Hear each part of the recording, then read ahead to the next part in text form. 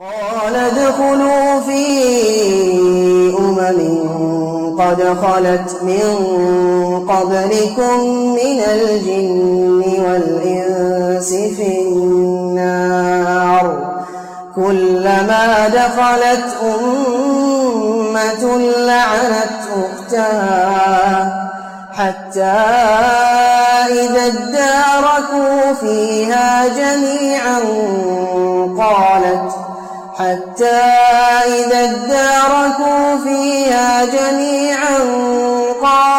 أخراهم لأولاهم ربنا هؤلاء أضلونا فآتهم عذابا ضعفا من النار قال لكل ضعف ولكن لا تعلمون وقالت أولاهم لأخراهم فما كان لكم علينا من فضل فذوقوا العذاب بما كنتم تكسبون إن الذين كذبوا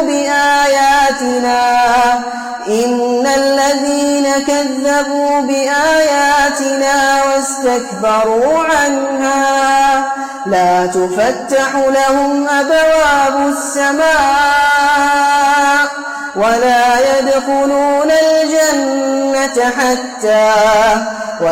يدخلون الجنة حتى يلج الجمل في سم الخياط وكذلك نجزي المجرمين لهم من جهنم مهاد ومن فوقهم غواش وكذلك نجزي الظالمين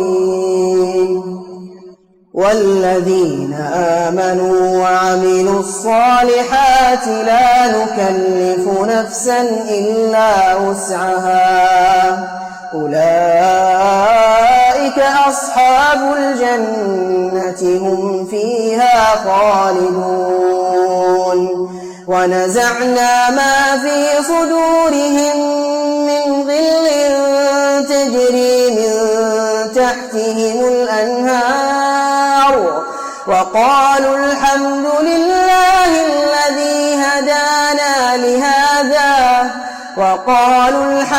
لله الذي هدانا لهذا وما كنا لنهتدي لولا أن هدانا الله لقد جاءت رسل ربنا بالحق ونودوا أن تلكم الجنة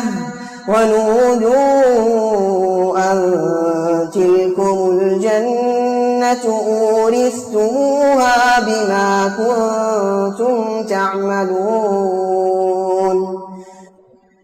ونادى أصحاب الجنة أصحاب النار أن قد وجدنا ما وعدنا ربنا حقا فهل وجدتم ما وعد ربكم حقا قالوا نعم فأذن مؤذن بينهم اللعنة الله على الظالمين الذين يصدون عن سبيل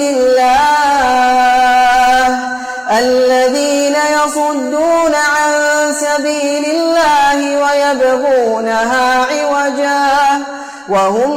بالآخرة كافرون وبينهما حجاب وعلى الأعراف رجال يعرفون كلا بسيماهم ونادوا أصحاب الجنة أن سلام عليكم لم يدخلوها وهم يطمعون وإذا صرفت أبصارهم تلقاء أصحاب النار قالوا ربنا لا تجعلنا مع القوم الظالمين ونادى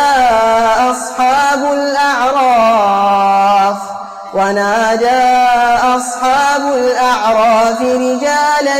يعرفونهم بسيماهم قالوا ما أغنى عنكم جمعكم وما كنتم تستكبرون